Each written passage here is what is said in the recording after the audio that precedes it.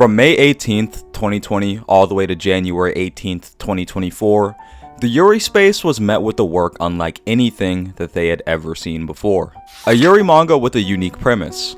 A novelist who's been burned by the harsh nature of the online world, refusing to ever write again. And a girl who wants nothing more but to read her stories. But from the start, this was doomed. The first and last summer we spent together.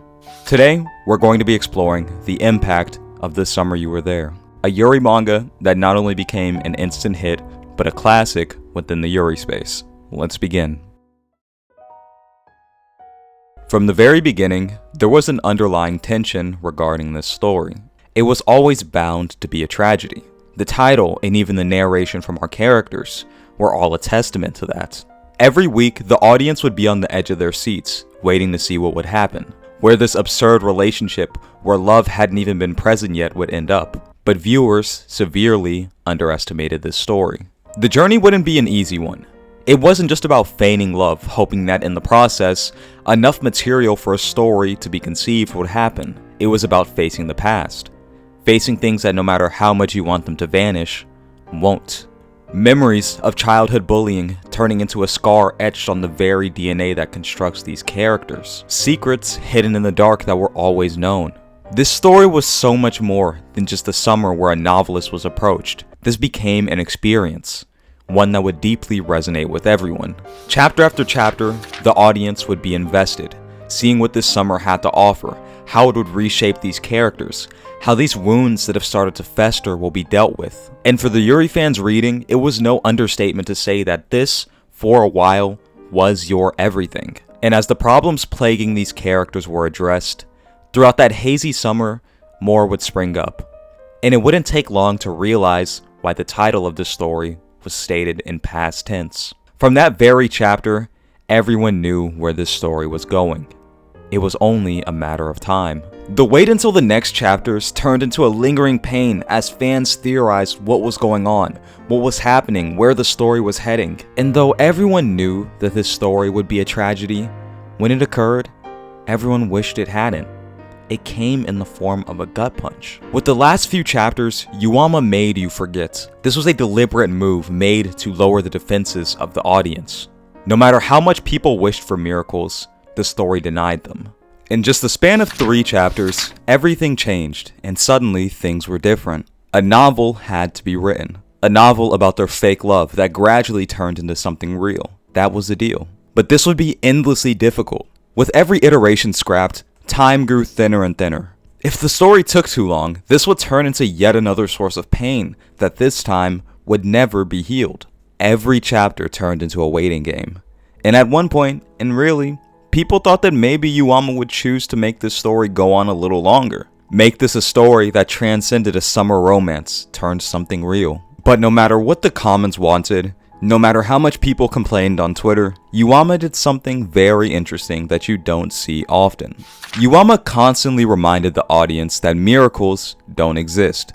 Not through a post or any social media outlets, but in the text itself. That became a truth that the characters had to swallow, just like the audience. And that's possibly one of the most brutal parts of this manga. Chapter after chapter, it became clear that something was coming. The summer was coming to a close.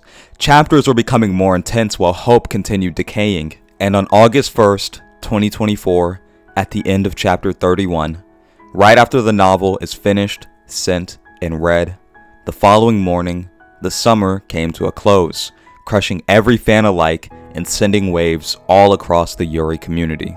The impact of The Summer You Were There wasn't subtle by any means.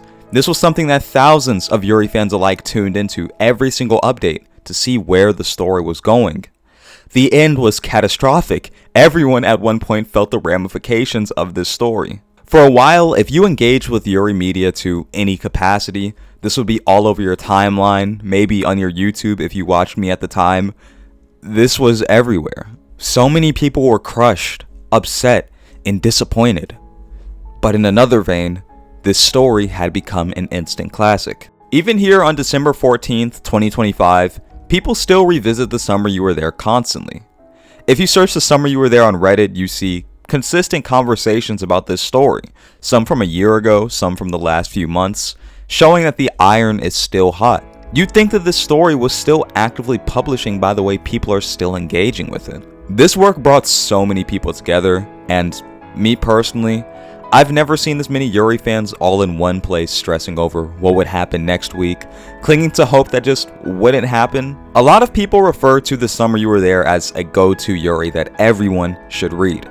For a lot of people, this is number 1 or number 2, and in more ways than one, it is deserved. This story wasn't just an instant classic, I'd even argue that it became a cultural phenomenon in the Yuri space. Without a doubt, this reinvented what Yuri could be for many people. Throughout publishing and even after, this story also had a similar effect to Yagakimi. It brought in all sorts of people to the Yuri community solely because of this work. This work appealed to people and, in turn, kind of resulted in people exploring the space a little more. It truly was something crazy to see. No amount of words can quite capture how cherished this work is in the Yuri space, how impactful it was all the way from start to end. It's something you can really only see in the ways that people talk about this story, in the ways that people remember this story, and that is incredibly rare. As a Yuri creator, I see a lot of works, I see a lot of different fandoms, impacts, conclusions, and even in stories with the most dedicated of fan bases, you don't see those held all too highly on pedestals. The reason for that isn't because those works are necessarily weaker.